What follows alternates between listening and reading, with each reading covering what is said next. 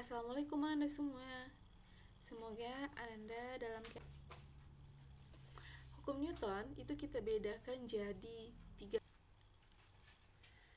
Nah, pada hukum pertama Newton ini, ini ada sebuah kisah tentang seorang pelaut. Kita lanjut hukum kedua. Nah, dari penjelasan tadi kita bisa simpulkan bahwa untuk hukum kedua Newton itu bunyinya bisa kita buat dalam bentuk seperti ini ya nak ya. Percepatan yang dialami oleh suatu benda itu akan sebanding dengan jumlah gaya atau resultan gaya yang bekerja pada benda tersebut dan berbanding terbalik terhadap masanya. Kalau kita buat dalam persamaan matematik, kemarin kita sudah membahas di konsep gerak, percepatan itu kita simbolkan dengan A. Sama dengan resultan gaya, kita sudah sebut tadi di awal, resultan gaya sama dengan sigma F. Dia sebanding ya nak, percepatan sebanding dengan resultan gaya dan berbanding terbalik terhadap masanya. Atau kalau rumus ini kita bolak-balik, dia bisa jadi sigma F.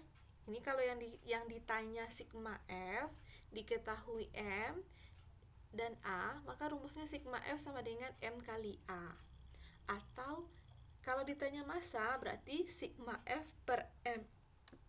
Nah, ini dia hanya penjelasan sedikit. Sigma F itu resultan gaya, satuannya Newton, M itu massa, satuannya kilogram, A itu percepatan, meter per sekon kuadrat. Nah, dari persamaan ini kita bisa tarik satu kesimpulan. 1 Newton itu ternyata setara dengan 1 kilogram meter per sekon kuadrat. Yuk kita lihat contoh soalnya. Nah, di sini kamu bisa lihat ada seekor serigala yang sedang menarik sebuah bongkahan batu. Nah, di gambar itu kita lihat serigala menggunakan gaya sebesar 100 Newton untuk menarik benda yang masanya 50 kg. Akibatnya bagaimana? Tentu benda atau batu itu akan bergerak. Nah, pertanyaannya, berapakah percepatan benda tersebut? Nah, setiap mengerjakan soal seperti ini, Ananda sebaiknya membuat diketahui, ditanya, baru dijawab ya. Nah, dari soal kita bisa lihat gaya 100 Newton. Gaya kita simbolkan dia dengan F. F sama dengan 100 Newton. Kemudian digunakan untuk menarik benda yang massanya kan tidak disebutkan di situ massa, tapi sudah jelas kilogram itu menunjukkan massa. Ya, kilogram menunjukkan massa yang kita simbolkan dengan M. Berarti M sama dengan 50 kg. Nah, yang ditanya berapa percepatannya?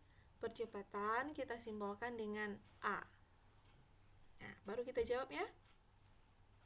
Jadi, rumusnya A sama dengan sigma F bagi M. Sama dengan 100 Newton bagi 50 kg. Dapatlah 2 Newton per kilogram atau 2 meter per sekon kuadrat. Kita masuk ya ke hukum ketiga Newton. Nah, pernah tidak saat kamu meninju sesuatu, tangan kamu akan terasa sakit? Kenapa bisa demikian? Nah, jawabannya ada di sini, Nak. Ternyata dalam hidup kita itu ada yang namanya aksi reaksi. Jika kita memberikan suatu gaya kepada suatu benda, maka benda itu juga akan memberikan gaya balasan terhadap kita. Nah, hukum ini kita kenal dia sebagai hukum ketiga Newton. Kalau kita mau membunyikan, jika ada sebuah benda atau sebuah benda yang pertama mengerjakan aksi terhadap benda kedua, maka benda kedua akan memberikan gaya juga dalam bentuk gaya reaksi terhadap benda pertama, di mana besarnya sama atau nilainya sama, hanya saja arahnya berbeda.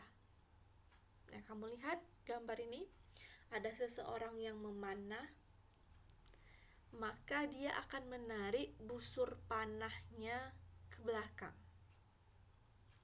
Nah, saat busur panah dilepas, maka anak panahnya akan melesat ya ke depan.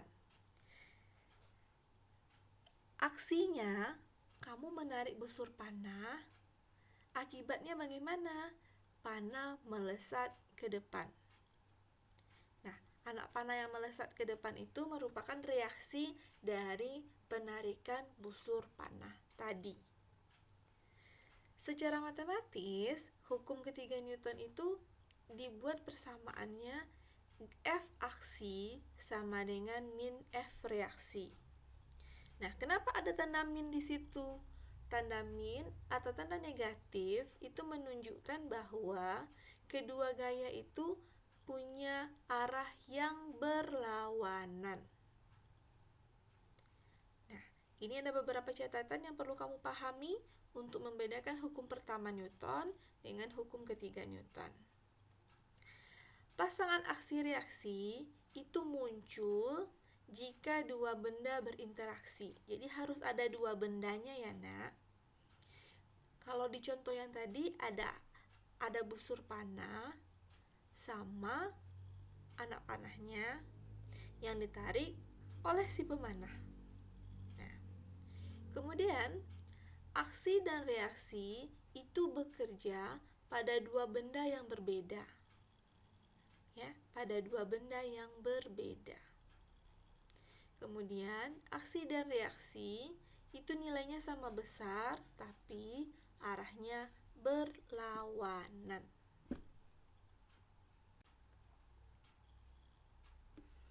Nah, ini contoh-contoh penerapan hukum ketiga Newton dalam kehidupan sehari-hari ya, Nak. Saat Anda menendang sebuah bola, maka sebetulnya sedang mengerjakan aksi reaksi pada bola tersebut. Nah, kaki kamu memberikan aksi terhadap bola, maka reaksi dari bola tersebut akan terasa di kaki Ananda juga. Nah, akibat bola yang kamu tendang, maka bola akan melaju ke depan. Tapi bola akan memberikan semacam rasa sakit ke kaki, hingga kaki akan kita tarik lagi ke belakang ya setelah menendang bola. Kemudian ada contohnya pada seorang penembak. Saat pelatu ditarik, maka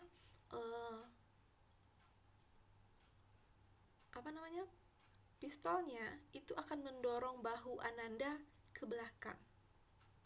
Akibatnya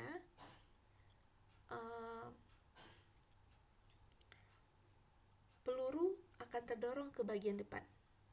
Ya. Kemudian ini ada contoh satu lagi, roket. Nah, roket itu akan terbang ke angkasa disebabkan karena adanya semacam gas yang bertekanan tinggi di bagian belakangnya.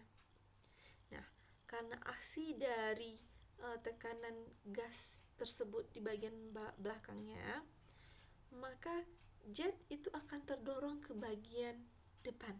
Jadi dia menekan ke bawah, sedangkan jetnya akan terbang melaju ke atas. Gambar berikutnya, ada orang mendayung perahu.